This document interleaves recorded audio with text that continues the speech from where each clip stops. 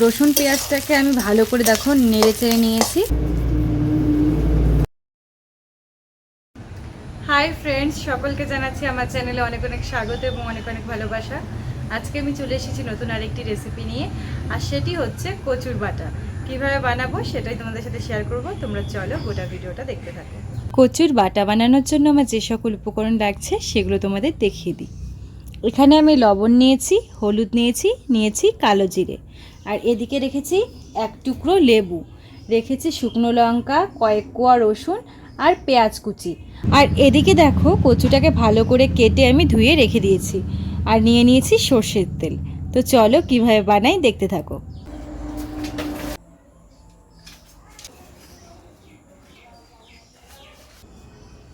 উনুন ধরে গেছে, এবার আমি কড়াইটা বসিয়ে দিচ্ছি। এবার কচু সেদ্ধ বসিয়ে দিচ্ছি।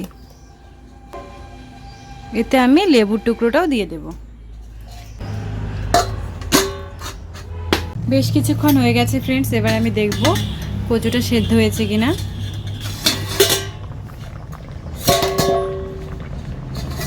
কচু কিন্তু সেদ্ধ হয়ে গেছে, এবার আমি কচুটা তুলে নেব।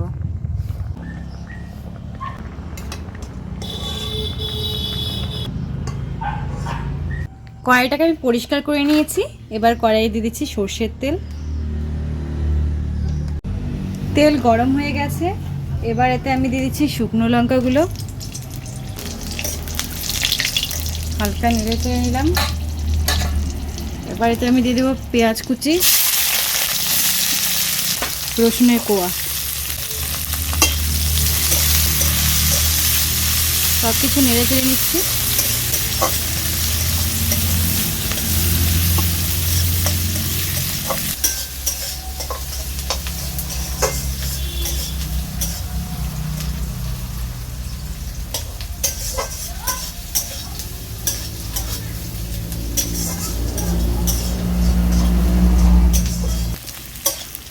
রসুন পেঁয়াজটাকে আমি ভালো করে দেখো নেড়ে চেড়ে নিয়েছি।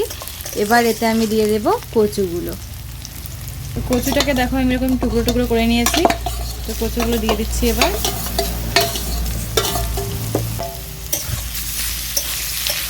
এবার সব কিছুকে আমি ভালোভাবে ভেজে নেব।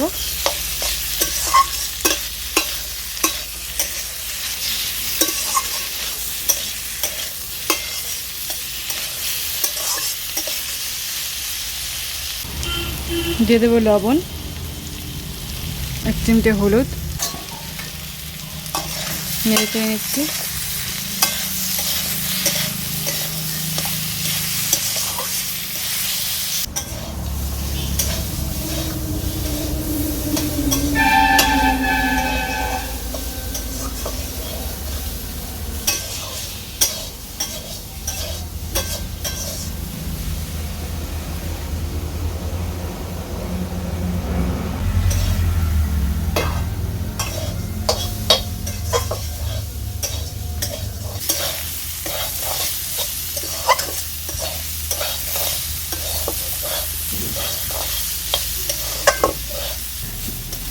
কচুটা কিন্তু প্রায় ভাজা হয়ে গেছে। কচুর ভিতরে যে একটা জল ছিল সেটা কিন্তু শুকিয়ে গেছে, দেখো কড়াইয়ে লেগে লেগে যাচ্ছে।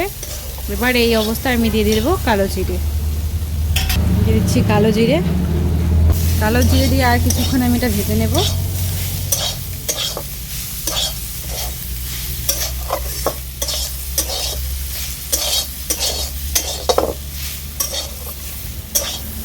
দেখো কচুর সাথে আমি সব কিছু কিন্তু ভালো করে ভেজে নিয়েছি। এবার আমি এটা নামিয়ে নিয়েছি। এবার এটা কিছুক্ষণের জন্য ঠান্ডা করে নেব। সব কিছু ঠান্ডা হয়ে গেছে, এবার এগুলো আমি বেটে নেব।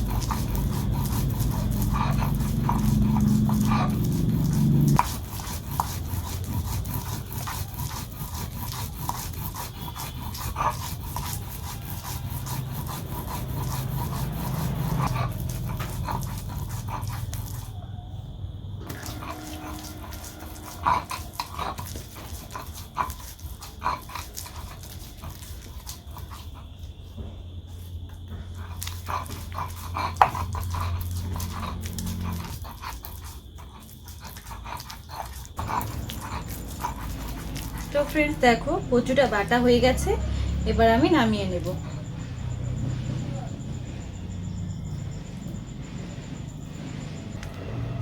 সব কিছু আগে মিশিয়ে নিই।